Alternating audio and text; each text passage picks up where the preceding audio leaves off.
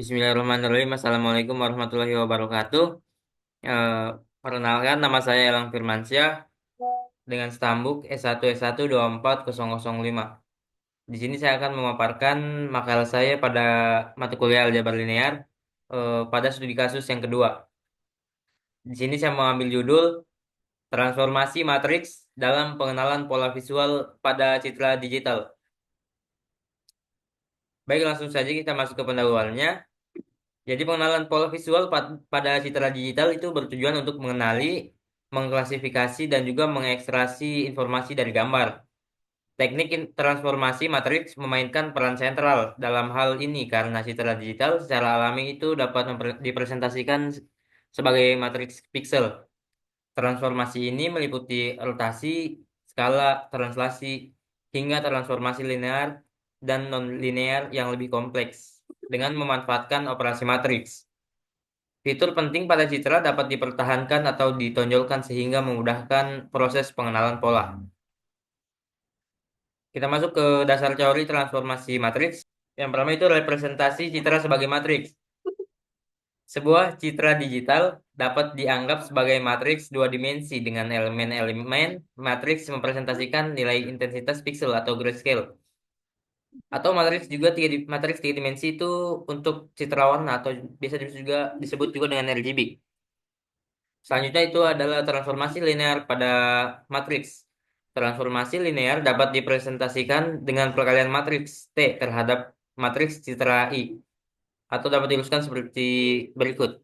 Itu I inverse sama dengan T kali I, di mana I adalah citra hasil transformasi.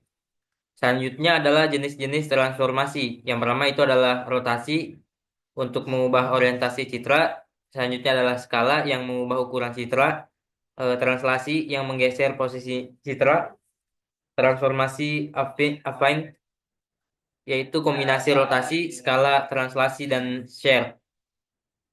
Selanjutnya adalah transformasi proyektif untuk memperhitungkan perspektif. Masuk ke metode pengenalan pola visual dengan transformasi.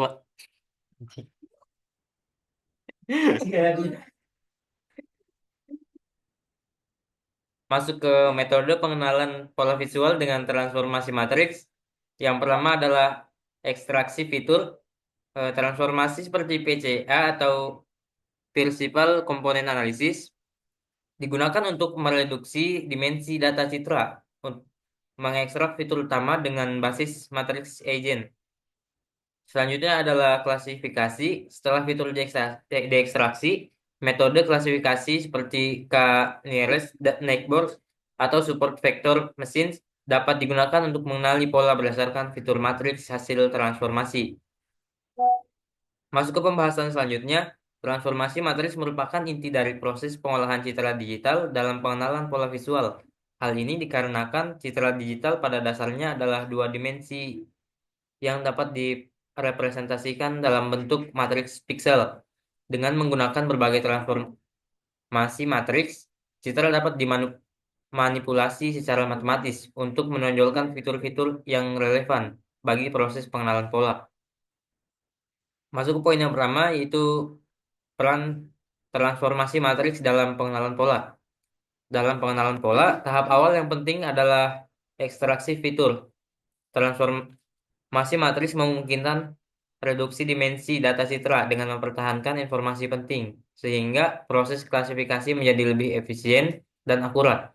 Misalnya, Principal Component Analysis atau PCA menggunakan operasi matriks untuk mengekstrak komponen utama dari data citra, yang kemudian nantinya akan menjadi representasi fitur utama pola visual. Selain PCA, transformasi matriks juga digunakan dalam teknik lain, seperti Singular Value Decomposition atau SVD, dan Discrete Cosine Transform atau DCT. Untuk memproses dan mengekstraksi ciri-ciri penting dari citra, transformasi ini tidak hanya membantu dalam mengurangi noise atau data yang tidak relevan, tetapi juga memperkuat struktur pola yang ingin dikenali. Selanjutnya masuk ke transformasi geometrik dan normalisasi citra. Transformasi geometrik seperti rotasi, skala, dan translasi sangat penting untuk menyesuaikan citra agar pola yang sama dapat dikenali meskipun posisinya berbeda dalam citra. Misalnya dalam aplikasi pengenalan wajah, posisi dan orientasi wajah dalam gambar bisa bervariasi dengan menerapkan transformasi matriks yang sesuai. Citra dapat dinormalisasi agar fitur wajah selalu berada pada posisi yang konsisten sehingga meningkatkan akurasi pengenalan. Masuk yang ketiga yaitu implementasi transformasi matriks dalam algoritma pengenalan. Implementasi transformasi matriks juga ditemukan dalam algoritma pembelajaran mesin, yang mana ini digunakan untuk pengenalan pola. Sebagai contoh, metode agent face dalam pengenalan wajah menggunakan matriks covariance dan dataset citra wajah. Kemudian, mengaplikasikan dekomposisi matriks untuk memperoleh basis agent yang mewakili pola utama dalam dataset. Selain itu, dalam deep learning, lapisan konvolusional dapat dipandang sebagai operasi matriks yang secara efektif mengekstrak fitur pola visual pada tingkat yang lebih kompleks dan abstrak. Dengan demikian, transformasi matriks adalah fondasi matematis yang mendasari berbagai metode modern dalam pengenalan pola visual. Yang selanjutnya itu yang keempat, keterbatasan dan tantangan. Meskipun transformasi matriks sangat powerful, terdapat tantangan praktis seperti kebutuhan komputasi yang tinggi terutama pada citra ber- beresolusi besar. Selain itu, transformasi linear mungkin tidak cukup untuk menangkap pola nonlinear yang kompleks dalam citra, sehingga perlu dikombinasikan dengan metode nonlinear atau jaringan yang neural. Berikutnya adalah visualisasi transformasi matriks. Eh, untuk contohnya dapat dilihat pada transformasi rotasi citra 2D. Itu seperti berikut. Transformasi ini direpresentasikan dengan matriks rotasi, misal R theta itu sama dengan cos theta, min sin theta, dan juga cos theta. Yang terakhir adalah kesimpulan. Jadi kesimpulannya adalah transformasi matriks adalah alat fundamental dalam pengenalan pola visual pada citra digital. Dengan teknik ini, citra dapat dimanipulasi untuk mengekstraksi fitur penting yang memperkuat akurasi pengenalan pola. Penggunaan transformasi matriks juga membuka peluang untuk berbagai aplikasi lebih lanjut dalam fisik komputer dan machine learning. Mungkin sekian dari saya. Eh, Mohon maaf bila ada kekurangan. Bila taufiq wal hidayah. Wassalamualaikum warahmatullahi wabarakatuh.